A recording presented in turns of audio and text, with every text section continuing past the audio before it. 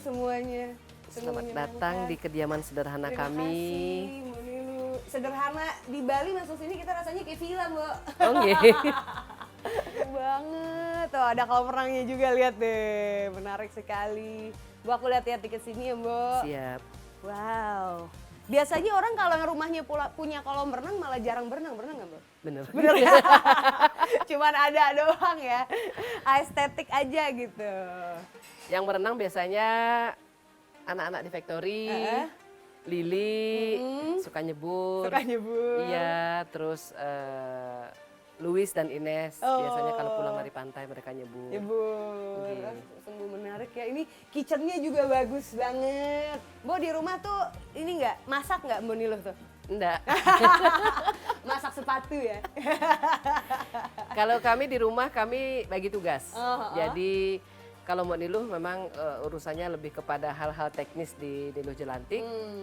Kalau di rumah dari mengasuh Ines hingga memenuhi kebutuhan kami sehari-hari itu adalah papanya Ines. Oh, papanya Iya. Ines. Jadi yang jago masak itu Luis. Oh gitu. Iya. Seru ya, kayak punya suami jago masak udah tinggal abis kerja makan. Iya, masakin, tinggal gitu ya. tinggal buka Tinggal buka mulut, tinggal makan aja.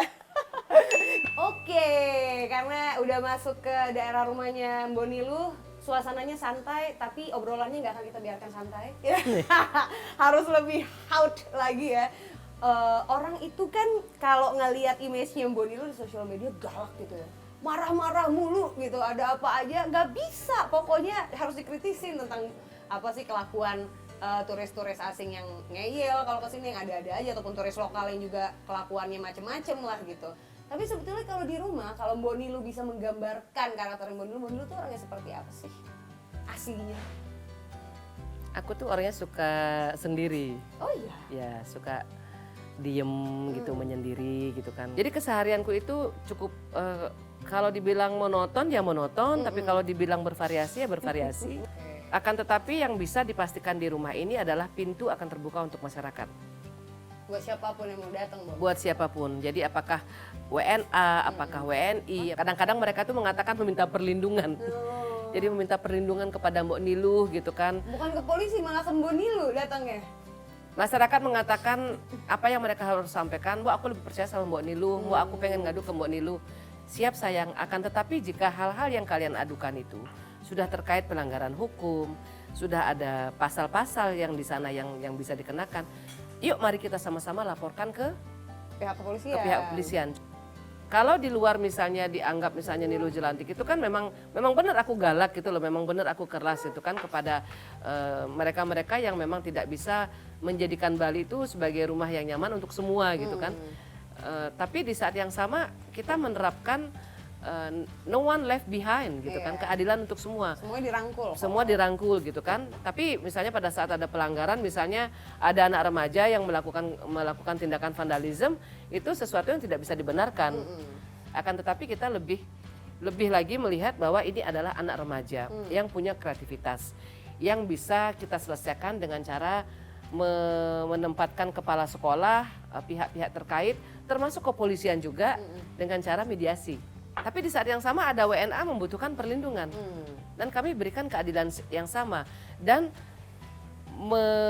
memparalelkannya dengan institusi-institusi yang ada di negeri ini. Dan mereka tidak bisa ada di semua tempat. Benar. Mereka juga memiliki sumber daya manusia yang jumlahnya terbatas. Betul. So sometimes we have to be on their shoes also gitu kan. Nggak galak yang kayak orang lihat juga seperti itu ya. Dan ini juga mematahkan statement ini loh Mbak Niluh yang bilang kayak Niluh Jelantik sensi banget ya sama bule. Ada aja bule dikritisin, itu juga mematahkan itu semua ya Mbak ya. It's not only coming from you, it's coming from my best friend. Ngapain lu begini, ngapain lu begitu, ngapain lu seolah-olah lu tuh kayak sentimen sama bule dan lain sebagainya. Terus aku jawab, ini relevan dengan pandemi, aku jawab. Kerjaan lu baik-baik aja, retail gimana, toko omset gimana, terus kegiatan foto gimana, styling gimana, saingan lu sekarang siapa? Saingan lu bukan lagi orang-orang sebangsa lu. Saingan lu adalah sekarang orang-orang yang punya kemampuan bahasa melebihi lu dengan kemampuan membeli gadget, peralatan yang lebih canggih daripada lu, dan kliennya ya mereka-mereka juga. Jadi orang dengan kewarganegaraan A akan cenderung memilih sesamanya dengan warga negara yang bahasanya lebih simpel, lebih nyambung gitu kan. Jadi aku mulai dengan pertanyaan juga. Oke, omset turun, revenue turun. Oh, sekarang si ini pakai fotografer ini, pakai foto model ini nih. That's why I'm there to make sure that all those people have a proper license. Jadi lu kompetisinya benar, gitu loh. Tapi kalau mereka kesini dengan visa turis, dengan visa kunjungan, alih-alih setelah itu mereka nyari kerjaan, buka usaha, bahkan usaha seperti misalnya tour driver pun mereka ambil gitu loh. Ya aku nggak bisa menutup mataku. Terus sebenarnya Nilu Jelantik ruginya apa? Kalau nggak bersuara, nggak rugi kok. Tapi kalian. Dan yang mengadu itu bukan 1-2 profesi, yang mengadu itu bahkan sesepuh-sesepuhnya. Kita memang menunjukkan menunjukkan bahwa Bali itu terbuka untuk semua, Bali itu ramah untuk semua gitu kan, bahkan banyak orang jatuh cinta dan menjadikan Bali itu sebagai rumah kedua gitu. But sometimes as comfortable as you can, you have to remember gitu, when you are in Rome, do as the Romans do. Di mana bumi kamu pijak, di sana langit kamu junjung. Itu aturan baku yang mungkin menurut sebagian orang saklek. Kenalkan, Hai. Luis, bapaknya anak-anak. Halo Luis, I'm Hanum, nice to meet you. Nice to meet you. Kenalkan semua timnya. Nah ini udah It's okay, just take your time. Luis yang in charge, jadi iya. Luis yang hobi masak. Kata Bu Nilu ya. Oke, Bu Nilu, next question. Pak Ahok pernah bilang, Nilu kalau berantem di luar babak belur. Kalau mau seperti itu masuk ke dalam sistem ataupun politik harus jadi lawmaker. Ini yang bikin akhirnya Mbak Nilu mau terjun ke politik. Karena jujur dengan sevokal ini sosoknya Mbak Nilu, pasti dilirik banyak sekali partai politik dan mungkin orang mengimage-kannya, Nilu movementnya politis banget tuh, pasti akan something menuju 2024. Menurut Mbak Nilu gimana? Well, we've been there, we've done that already. Kita ada di dalam sebuah partai politik dan apa yang kulakukan adalah juga untuk melanjutkan pesan dari Pak Ahok. Jadi kalau misalnya kita berantem di luar terus gitu kan babak belur tuh gitu kan. Di dalam sistem pun kita juga bisa babak belur apalagi di luar gitu kan. Dan kita kan yakin dengan prinsip dan integritas yang kita punya gitu kan. Cuman ya kebaikan ataupun misalnya manfaat yang bisa kita berikan kepada orang-orang yang kita perjuangkan itu sangat limited, sangat terbatas. Kita misalnya bisa memperjuangkan aturan tentang misalnya pendidikan di satu sekolah, akan tetapi bagaimana menerapkannya di semua sekolah, atau misalnya kita bisa menerapkan meminta pemerintah untuk mereview atau misalnya merevisi aturan terkait misalnya akomodasi, misalnya di sebuah kabupaten, karena kita misalnya bisa kasih tahu satu bupati itu dia ngerti, dia mau nerima nasihat kita. Tapi bagaimana dengan Provinsi Bali? Akankah harus membuat setiap saat status viral, tulisan viral, ngomel sana, ngomel sini? Baru dibikin kebijakan. Yang walaupun akhirnya memang didengar. Karena makanya ada istilah lapor aja ke Mbak Nilu, ya kan? Bikin hashtag lapor Nilu kan, Mbak Nilu pasti dengar, nanti Mbak Nilu disampaikan. Pasti akan ada tanggapan gitu kan. Nah, cuman kan capek gitu loh, capek. Dan di akhir hari kita perlu yang namanya perisai dalam bertarung.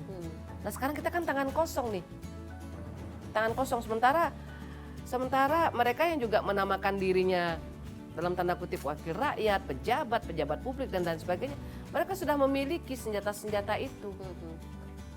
Kita juga ibaratnya di belakang kita, di samping kita nih rakyat yang kita rangkul, tapi kita tangan kosong gitu kan. Ya salah satunya ya memang adalah masuk ke jalur politik praktis. Dan keputusan Mbak Niluh keluar di tahun 2022 kemarin tanggal 3 Oktober itu sebenarnya sudah ku sampaikan kepada Surya Paloh di tahun 2019. Jadi aku sudah clearkan dengan beliau positioningku itu seperti apa, kenapa aku masuk Partai Nasdem, kenapa aku mengiyakan kontestasi legislatif itu melalui Partai Nasdem, karena aku percaya bahwa Nasdem adalah rumah yang indah. Tapi ada satu hal yang memang Ya kalau dibilang mungkin tiket personally mungkin ya sedikit ya. Jadi ada hal-hal yang terjadi di tahun 2017 itu yang memang menyisakan luka gitu loh, dan Momen polarisasi itu ya, Bu. polarisasi apa namanya, politisasi Pilkada. agama, pilkada dan lain sebagainya. Karena aku ada di situ gitu loh, walaupun tidak masuk ke dalam tim resmi ya, tapi Pak Ahok pasti tahu lah Niluh itu siapa gitu kan. Dan aku sangat menghormati Anies Baswedan loh. Aku sangat menghormati beliau. Aku percaya dulu itu beliau itu punya kans, punya potensi untuk menjadi our next future young leader gitu kan. Tapi kan untuk menjadi leader, untuk menjadi pemimpin itu diperlukan keteguhan hati. Diperlukan integritas, diperlukan prinsip. Jadi bukan hanya sekedar mencapai puncak tertinggi tapi kamu nggak peduli prosesnya. Kamu harus peduli prosesnya gitu loh. Nah, itulah yang membuat aku ya memang berbeda pilihan. Dan di hari yang sama partai mengumumkan Anies Baswedan sebagai capres, di hari yang sama pula Mbak Niluh mengatakan selamat tinggal. Gitu. Kembali lagi kepada pilihan politik, kepada pilihan hidup, kepada pilihan kita sebagai manusia. Dan aku memilih untuk tetap menggenggam prinsip yang aku punya gitu kan. Tanpa aku melukai partai, tanpa aku mengecilkan arti sebuah partai Nasdem, tanpa aku mendiskreditkan seorang Surya Paloh. No, you are the reason why I go all the way inside that political party. But at the end of the day, aku harus melanjutkan hidupku dan aku memutuskannya dengan atau tanpa partai, aku akan tetap mengabdi untuk rakyat Bali. Dan keputusan Mbok Niluh saat itu kan memang banyak sekali menimbulkan reaksi ya, rame banget gitu kan. Langsung banyak yang ngasih statement juga dari, baik itu dari Nasdemnya ataupun dari orang-orang yang terkait dengan keputusan Mbok Niluh, kayak segitu sensinya Mbok Niluh sama Anies Baswedan sampai akhirnya harus keluar. This is not about Anies Baswedan. It's nothing about him. Or this is not about Ahok. Aku sudah pernah bilang, ini bukan tentang Ahok. Clear aku bilang, bukan tentang Ahok. Ini tentang bagaimana anak-anak bangsa kita, apapun agamamu, apapun keyakinanmu, apapun warna rambutmu, apapun latar belakang ekonomimu, kamu berhak menjadi siapapun yang kamu mau di negeri ini, terlepas semua obstacle, semua tantangan yang kamu punya. Ahok, ya sorry to say, dia tuh Tionghoa at that moment. Tapi kalau saat itu Ahok mungkin bukan seorang Tionghoa, pasti kita bela juga. Kenapa? Karena lu kerja buat rakyat gitu loh. Lo mengabdi buat rakyat gitu loh. Dan buat aku I have nothing to lose gitu kan. Karir bagus, kerjaan bagus. Nggak ada Ahok, nggak ada Jokowi pun kami baik-baik saja gitu kan. Bahkan kami hingga saat ini ya difitnah segala macam, dikata-katain segala macam. Buat Mbok Niluh ya jawabannya sederhana, tanpa harus menyentil siapapun itu Mbok Niluh menjawab mengatasnamakan kami saja, pembuktian terbalik. Nah, Mbok, sebelum Hanum mengajukan pertanyaan terakhir untuk Mbok Niluh, kita ada games di Point of View, namanya adalah Reality Check. Jadi ini rapid question, Mbok Niluh hanya perlu menjawab pilihan pertama atau pilihan kedua as fast as you can. Jadi nggak boleh pakai mikir, langsung tek gitu ya, Mbok? Oke, Mbok Niluh udah siap? Sambil kita nyemil, boleh banget. Langsung aja kita mulai. Tunggu ya, kesayangan. Aku mau perkenalkan, ini adalah dodol nangka dari UMKM. Nangka. Dan ini juga adalah pai susu dari UMKM Bali Laris. Ini adalah dari UMKM, salah satu dari finalis Duta Pariwisata Bali. Nice. Yang kemarin kita mentoring mereka. Cool. Oke, UMKM ya semuanya ya. Very nice. Hanum mau cobain juga. Aku cabut satu ya, Mbok. Dari. Nah. Yang hijau rasa apa, Nak? Campur ya. Oke, sip. Try this one. Terima kasih, Mbok. You like jackfruit? Suka. Kita cobain dulu dodolnya. Enak? Nice. Udah gerimis-gerimis romantis nih, Mbok. Iya. Luar biasa. Mbok, Mari kita lanjutkan. Kita lanjutkan lagi. Habis makan dodol. Enak sekali. Langsung aja kita mulai reality check. Pertanyaan pertama, Mbok. Wisatawan asing atau wisatawan lokal? Wisatawan lokal. Politisi atau desainer? politisi. Bali atau Paris? Bali. DPD atau DPR? DPD. Partai atau non partai? Non partai. Yang terakhir, vokal tapi terancam atau bungkam tapi aman? Vokal tapi terancam. Alasannya, Bu? Alasannya karena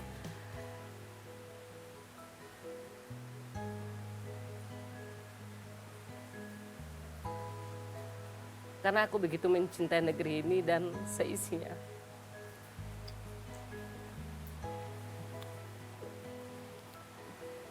Tidak ada jalan lain, harus maju. Silakan, Bu. Go ahead. There is no second chance. Jadi kadang-kadang orang bilang ada kesempatan kedua gitu kan. Jadi aku sudah memberikan kesempatan itu dan kali ini permintaan dari berbagai partai politik itu ada. Jadi pada saat aku 5 partai katanya, Bu. lebih Wow. per hari ini lebih dan mereka ya memang dengan sangat serius ya dengan sangat serius meminta aku untuk bergabung. Partai nasionalis, bahkan partai yang dengan latar belakang agama juga ada. Dan semua permintaan itu aku sambut dengan rasa hormat, rasa terima kasih. Dan aku selalu menyampaikan, ini jalan saya ya, ini pilihan saya. Nanti kita pasti akan bertemu di ujung jalan, apakah di belokan jalan, pasti kita akan ketemu.